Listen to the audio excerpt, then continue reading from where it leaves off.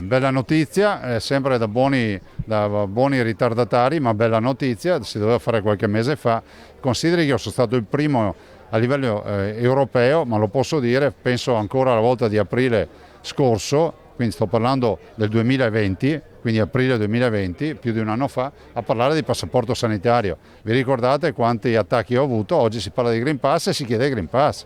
Come quando parlai del virus che poteva essere artificiale, uscito da qualche laboratorio, mi presi un sacco di attacchi, adesso parlano tutti del virus artificiale. Il parallelismo è quanto mai di attualità con l'arrivo in Europa del presidente americano Joe Biden, intenzionato a capire le vere cause della pandemia, e a poche ore dall'ok del Parlamento di Strasburgo al Green Pass, il certificato vaccinale che permetterà di muoversi all'interno dell'Unione Europea a chi è stato già vaccinato, ai guariti e a chi risulta negativo al tampone. I certificati cartacei e digitali dovranno poi essere uniformati in tempi record in tutti i paesi. Il Veneto, ribadisce Zaia, è pronto ad adeguarsi. Noi cerchiamo di organizzarci, abbiamo una fortuna, abbiamo un'anagrafe vaccinale, abbiamo una storia sanitaria di ogni cittadino, per cui saremo in grado di fare la stampa dei certificati qualora fossero richiesti. Green Pass che farà la differenza non solo nel settore del turismo ma anche nel comparto collegato delle discoteche che vanno verso la riapertura a luglio. Spero che si possa pensare a una riapertura in sicurezza, valutando che i vaccinati possono andarci, valutando che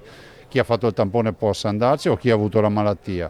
Le dirò che in Veneto noi stiamo vaccinando alla grande, per cui siamo in grado anche di fare in modo che molti possano avere titolo per partecipare. Vi ricordo che le discoteche non sono un vezzo, sono un settore economico importante, sono parte integrante della prima industria del Veneto, che è quella del turismo. L'intrattenimento è uno degli elementi di cardine, una delle colonne portanti dell'offerta turistica del Veneto. Proprio in queste ore del resto si è superata la soglia non solo psicologica del 1 milione di veneti immunizzati, quindi con prima e seconda dose. Le vaccinazioni hanno cambiato il corso della storia. I vaccinati non tornano ovviamente negli ospedali. Campagna che almeno in Veneto continuerà a prescindere dalla formula utilizzata altrove dell'Open Day. Noi siamo stati attaccati perché non facciamo gli Open Day. Ognuno fa quello che vuole ed è legittimo farli. Noi abbiamo fatto la scelta di dare AstraZeneca, Johnson & Johnson agli over 60. Una scelta che abbiamo fatto noi.